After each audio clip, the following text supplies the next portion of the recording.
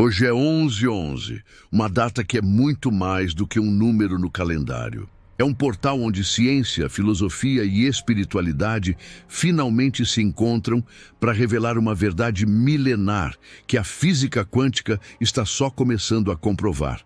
A consciência é o fundamento de toda a realidade.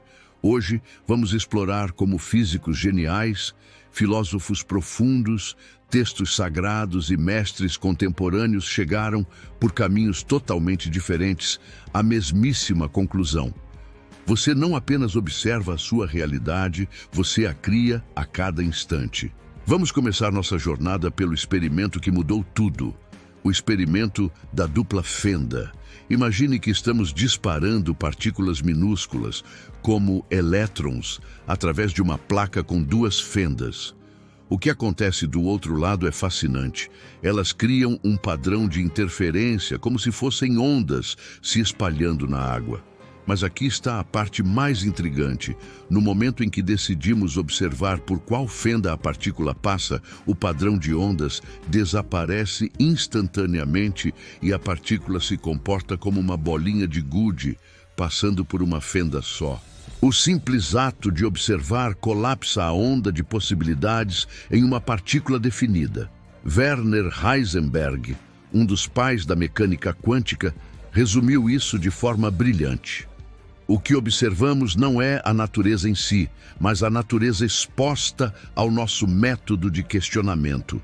Em outras palavras, nossa própria consciência participa ativamente da criação da realidade. Isso não é uma teoria marginal. É a base da física moderna. Max Planck, o fundador da teoria quântica e ganhador do Nobel, foi ainda mais direto. Ele declarou: "Eu considero a consciência como fundamental. Considero a matéria como derivada da consciência." Curiosamente, isso é exatamente o que textos místicos e espirituais descrevem há milênios. Mas muito antes dos aceleradores de partículas, os grandes filósofos já intuíam essa verdade. Há mais de 2.400 anos, Platão, na sua famosa Alegoria da Caverna, nos ensinou que o mundo físico que percebemos é como sombras projetadas numa parede, uma cópia imperfeita de uma realidade superior. Para ele, a consciência que percebe as sombras é mais real do que as próprias sombras. Séculos depois, René Descartes estabeleceu a primazia da consciência com sua famosa frase: "Penso, logo existo." A única coisa da qual não podemos duvidar é do fato de que estamos conscientes. A existência para ele é primeiro mental e só depois física. Immanuel Kant revolucionou a filosofia ao mostrar que nunca temos acesso direto à realidade objetiva. Nós só conhecemos a nossa percepção dela. A realidade, como a experimentamos, é construída pelas estruturas da nossa própria mente. E Arthur Schopenhauer foi ainda mais radical, afirmando: "O mundo é minha representação." Para ele, não existe um mundo lá fora, independente de um observador.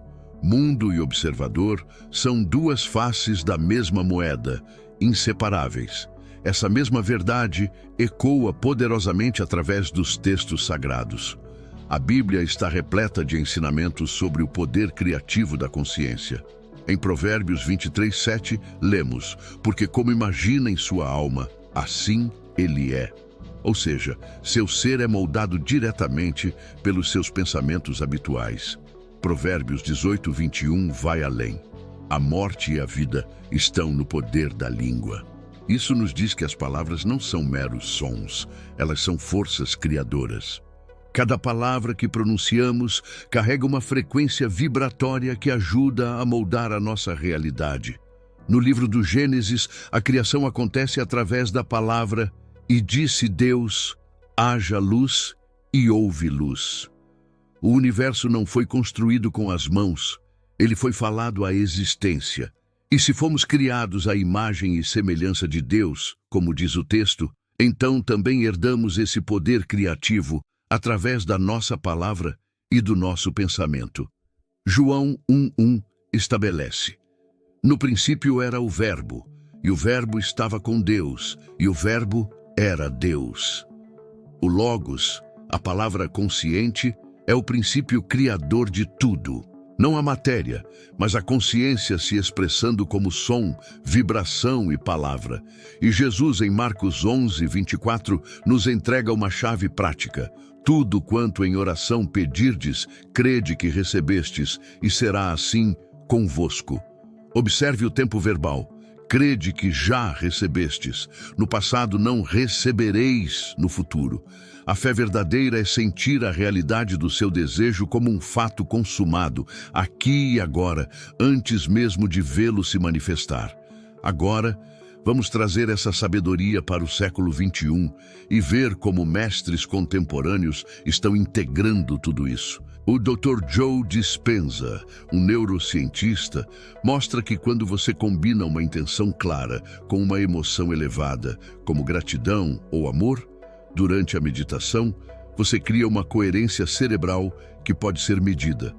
Ele documenta alterações reais nas ondas cerebrais, nos campos eletromagnéticos do corpo e até na expressão dos genes, tudo através de práticas mentais focadas. Sua mensagem central é: você não pode criar um futuro novo enquanto estiver preso emocionalmente ao passado. Gregg Braden, um cientista e autor, conecta a sabedoria ancestral com a ciência moderna. Ele pesquisa como monges tibetanos conseguem alterar o próprio DNA através da meditação, e como tradições antigas já entendiam o campo quântico, que elas chamavam de a matriz divina. E Deepak Chopra, médico e pioneiro da medicina mente-corpo, nos ensina que nosso corpo é um rio de inteligência em constante renovação. Você substitui quase todos os átomos do seu corpo em apenas um ano. Cada pensamento que você tem gera moléculas mensageiras que se comunicam com cada célula. Literalmente, seus pensamentos se tornam a sua matéria. E a mensagem dele é profunda. Você não está no universo.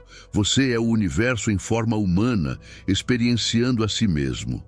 Ok, essa informação toda é fascinante, mas a pergunta prática é: como podemos usar esse conhecimento no nosso dia a dia? Como passamos da teoria para a prática? Vamos construir agora um protocolo que sintetiza tudo o que vimos. As 7 leis da manifestação quântica. Lei número 1.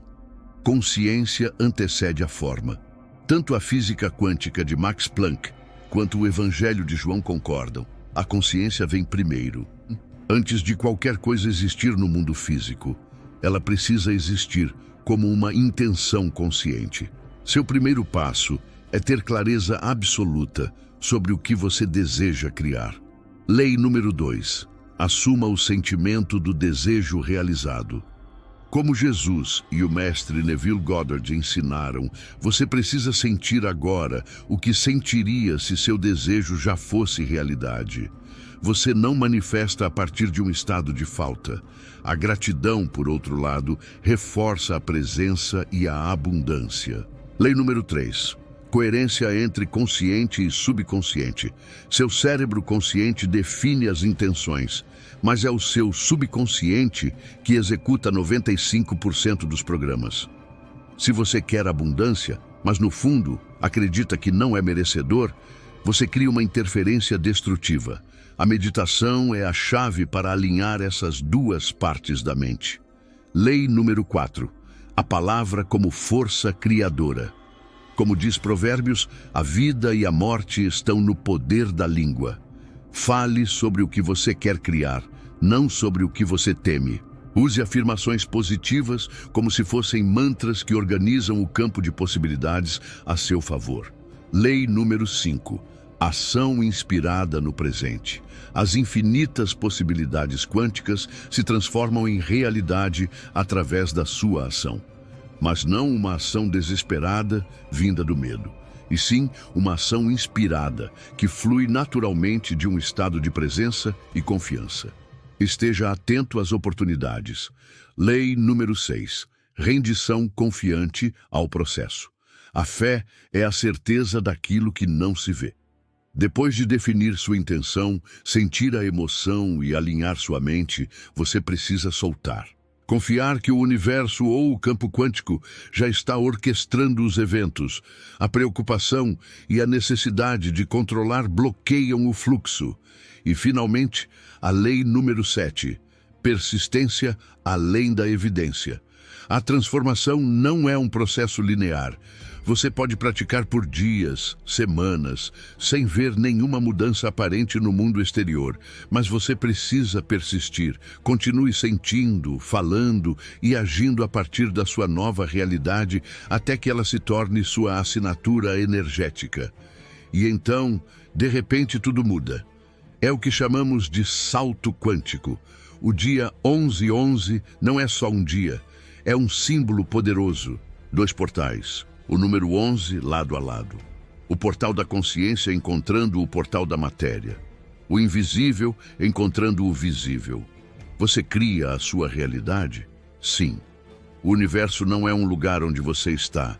É um processo do qual você participa.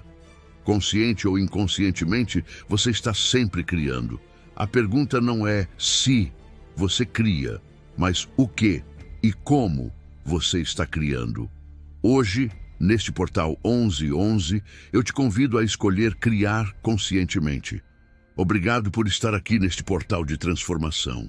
Que a sua jornada seja uma demonstração viva de que a consciência cria a realidade. Se você gosta desse tipo de conteúdo, curta este vídeo, comente suas experiências com a nossa comunidade e compartilhe com alguém que precisa ouvir esses conhecimentos. Nos vemos no próximo vídeo. Até breve.